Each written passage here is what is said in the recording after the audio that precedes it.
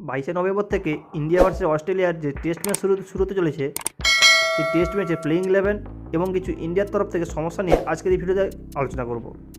তো প্রথম খবর হচ্ছে রোহিত শর্মা প্রথম টেস্ট ম্যাচ খেলবে না, কারণ নিজের পারিবারিক সমস্যার জন্য তিনি প্রথম টেস্ট ম্যাচ 100% খেলবে না। আর 2 নম্বর খবর হচ্ছে যে সুমন গিলও নিজের আঙুলের চোটের জন্য পার্থের টেস্ট ম্যাচ খেলবে না। এখন টপ অর্ডারে 3 জন ব্যাটসম্যানের মধ্যে 2 জন ব্যাটসম্যান পার্থের টেস্ট ম্যাচ খেলবেন, সুমন গিল আর রোহিত শর্মা। আর এই সময় যখন টিম ইন্ডিয়ার 2 জন বড় ব্যাটসম্যান খেলছে না, তখন টিম ইন্ডিয়া অটোমেটিকলি পিছিয়ে পড়েছে। 3 নম্বর সমস্যা হচ্ছে সরফরাজ খান আর ধ্রুব জুরেল। যখন ভারতে ইন্ডিয়া ভার্সেস নিউজিল্যান্ডের মধ্যে টেস্ট ম্যাচ হয়েছিল, তখন সরফরাজ খান 5 নম্বর ব্যাটিং করেছিল। কিন্তু অস্ট্রেলিয়া এ আর ইন্ডিয়ার এর সঙ্গে যখন ম্যাচ হয়েছিল, তখন ধ্রুব জুরেল 5 নম্বরে ব্যাটিং করেছে এবং দুটো ম্যাচে যথেষ্ট ভালো পারফরমেন্সও ধ্রুব জুরেল করেছে।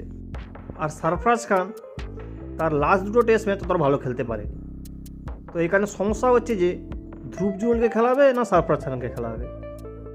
4 নম্বর সমস্যা হচ্ছে যে কে এল রাহুল কত নম্বরে খেলবে, কেননা এর আগের টেস্ট ম্যাচগুলিতে কে এল রাহুল মিডিল অর্ডারে খেলতো। আর এখন যখন রোহিত শর্মা অ্যাভেলেবেল নেই, সুমন গিল অ্যাভেলেবেল নেই, তখন কে এল রাহুল কত নম্বরে খেলবে। আমার মনে হচ্ছে কে এল রাহুলের প্রমোশন হওয়া দরকার। হয় তাকে 1 নম্বরে খেলাতে হবে, ওপেনিং করাতে হবে, না হলে 3 নম্বরে খেলাতে হবে। 5 নম্বরে হচ্ছে অভিমন্যু বিশ্রাম। অভিমন্যুকে কত নম্বরে খেলাবে? অভিমন্যুকে যদি 3 নম্বরে খেলায়, তাহলে ওপেনিং কে এল রাহুলকে করাতে হবে। আর যদি ওপেনিং অভিমন্যু করে, তাহলে 3 নম্বরে কে এল রাহুল, 4 নম্বরে বিরাট কোহলি, 5 নম্বরে সরফরাজ খান, 6 নম্বরে ঋষভ পান্ত। এভাবে করলে পুরো ব্যাটিং লাইন আপটা স্ট্রং হয়ে যাবে। একে হয়তো ম্যানেজমেন্ট বলতে পারে দেবদত্ত পাটিকাল আছে, কেননা দেবদত্ত পাটিকালকে এখন নিয়ে আসা যাবে না। প্রথম সিলেকশন হয়েছিল অভিমন্যু বিশ্বরণের যথেষ্ট ভালো পারফরমেন্স দেখে তাকে টিম ম্যানেজমেন্ট সিলেক্ট করেছিল যে সে অস্ট্রেলিয়ার সাথে টেস্ট ম্যাচ খেলবে। এখন এই মুহূর্তে দেবদত্ত পাটিকালকে বসে রাখাটাই ভালো হবে। আর এর পরের সমস্যা হচ্ছে রবীন্দ্র জাদেজা আর আশ্বিনকে নিয়ে। আমার মতে প্লেইং 11-এ রবীন্দ্র জাদেজাকে খেলানো ভালো হবে, কেননা ইন্ডিয়ার ব্যাটিং লাইন আপ ততটা মজবুত না। যদি এর মধ্যেখানে রবীন্দ্র জাদেজা খেলে, তাহলে কিছুটা হয়তো উন্নতি হতে পারে ব্যাটিংয়ের দিক থেকে। কিন্তু যদি বোলিংয়ের কথা বলা যায়, তাহলে রবীন্দ্র জাদেজার থেকে যথেষ্ট গুণে ভালো হবে আর আশ্বিন। আরও একজন নাম আছে ওয়াশিংটন সুন্দরের। হয়তো টিম ম্যানেজার এটাও ভাবতে পারে যে ওয়াশিংটন সুন্দরকে নিয়ে আসতে পারে, সে ব্যাটিংও ভালো করে, বোলিংও ভালো করে। আমার মনে হয় ইন্ডিয়ান টিম ম্যানেজমেন্ট এত তাড়াতাড়ি এই ডিসিশন নেবে না।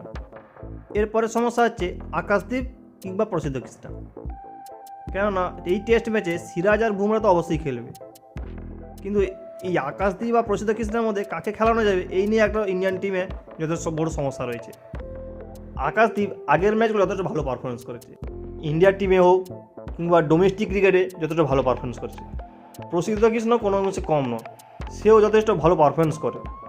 এই কিছু সমস্যাগুলো ইন্ডিয়ার টিমে এখনও পর্যন্ত রয়েছে। ইন্ডিয়া ভার্সেস অস্ট্রেলিয়ার ফার্স্ট টেস্ট ম্যাচের প্লেইং 11-এ 5-6 জনের নাম পাকা হয়ে আছে। আর বাকি জায়গাগুলোতে কাকে খেলালে ভালো হবে, কিংবা ইন্ডিয়ান প্লেইং 11 কী হলে ভালো হবে, তোমাদের মতামত অবশ্যই আমার চ্যানেলটিকে সাবস্ক্রাইব করে কমেন্ট করে জানাবে। দেখা হচ্ছে নেক্সট ভিডিওতে।